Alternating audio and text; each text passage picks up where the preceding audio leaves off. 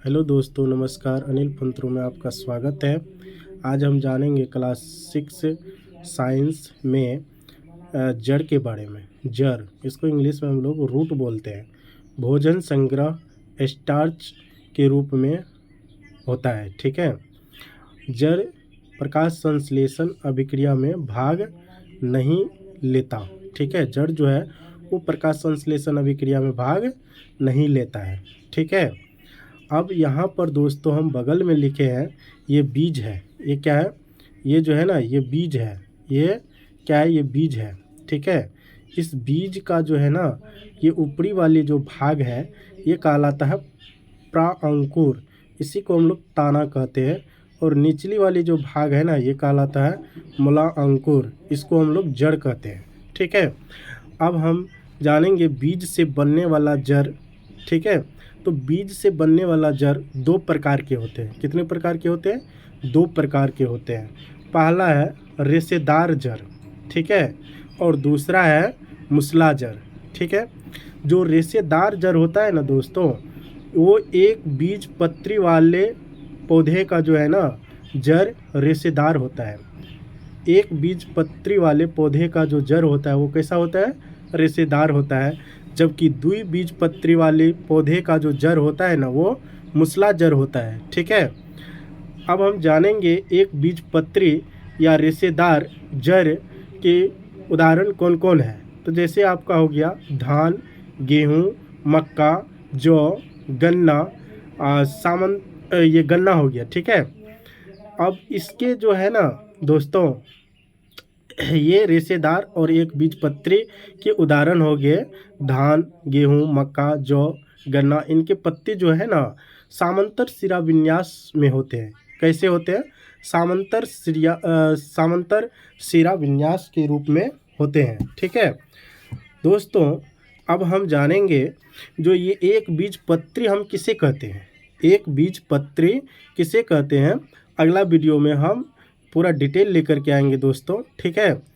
तो एक बीजपत्री उसको कहते हैं दोस्तों, इनके बीज जो है ना, इनके बीज जो है ना, इनके बीज में केवल एक ही बीज पत्र मौजूद होता है, इसीलिए इन्हें हम एक बीजपत्री कहते हैं। ठीक है। इनके पत्ती पर सिरा विन्यास समांतर होता है। इनके जो एक बीजपत्री पौधे के जो पत्ती होते हैं उन पर जो सिरा विन्यास होता है ना, कैसा होता है?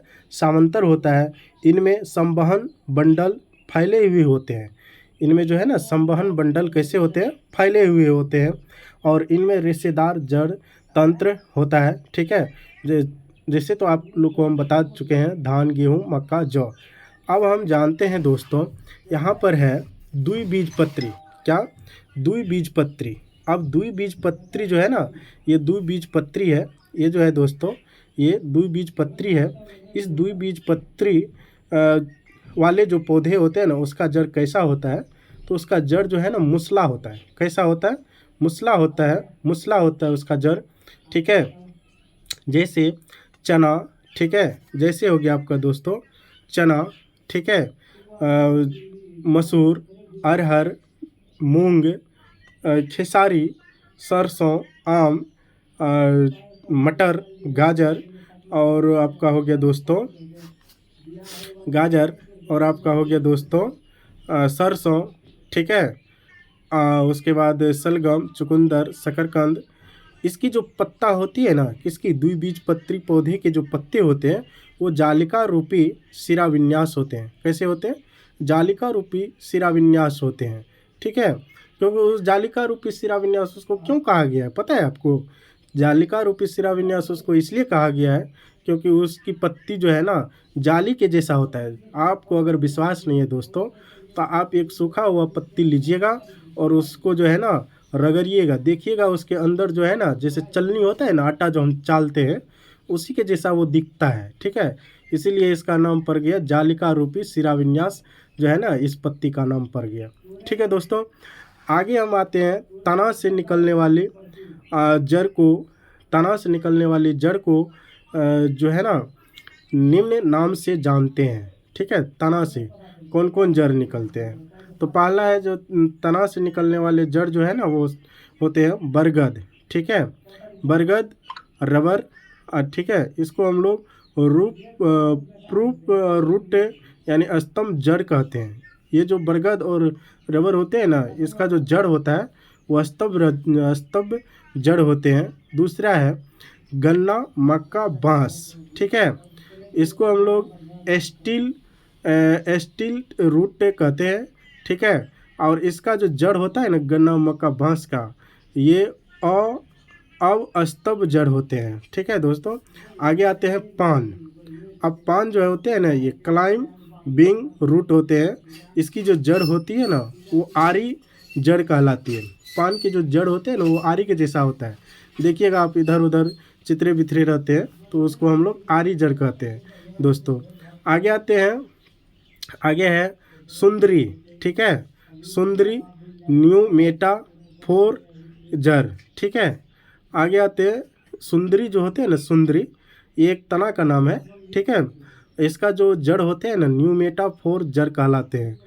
और दूसरा है आर्किड, ठीक है, आर्किड। अब इसकी जो जड़ होती है ना अधिपादप जड़ होती है इसका, ठीक है दोस्तों। अब आगे है तना।